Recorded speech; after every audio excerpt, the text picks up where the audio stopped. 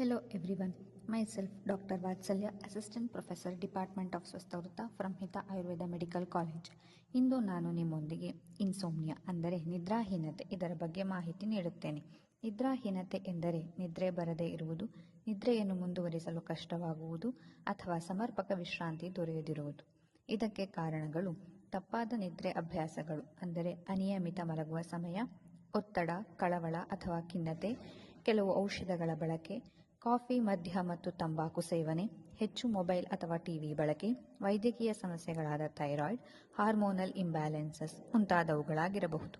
ನಿದ್ರಾಹೀನತೆ ಇರುವ ವ್ಯಕ್ತಿಯಲ್ಲಿ ಈ ಲಕ್ಷಣಗಳು ಕಂಡುಬರುತ್ತವೆ. ರಾತ್ರಿ ನಿದ್ದೆ ಬರದಿರುವುದು, ಮಲಗಿದ ಮೇಲೆ ಮತ್ತೆ ಮತ್ತೆ ಎಚ್ಚರವಾಗುವುದು ಅಥವಾ ಬೇಗ ಎದ್ದು ಬಿಡುವುದು, ನಿದ್ರಿಸಿದರೂ ದೇಹ ಮನಸ್ಸಿಗೆ ವಿಶ್ರಾಂತಿ ಸಿಗದಿರುವುದು, ದೈನಂದಿನ ಜೀವನದಲ್ಲಿ ದಣಿವು, ಕೋಪ ಹಾಗೂ ಗಮನ ಕೇಂದ್ರೀಕರಿಸಲು ಕಷ್ಟವಾಗುವುದು.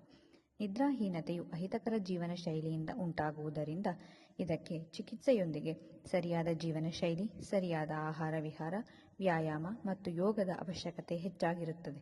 ಆಯುರ್ವೇದ ಚಿಕಿತ್ಸಾ ಪದ್ಧತಿಗಳಾದ ಅಭ್ಯಂಗ, ಪಾದಾಭ್ಯಂಗ, ನಸ್ಯ ಮತ್ತು ಶಿರೋಧಾರ ಮುಂತಾದವುಗಳಿಂದ ಇದನ್ನು ಗುಣಪಡಿಸಬಹುದಾಗಿದೆ.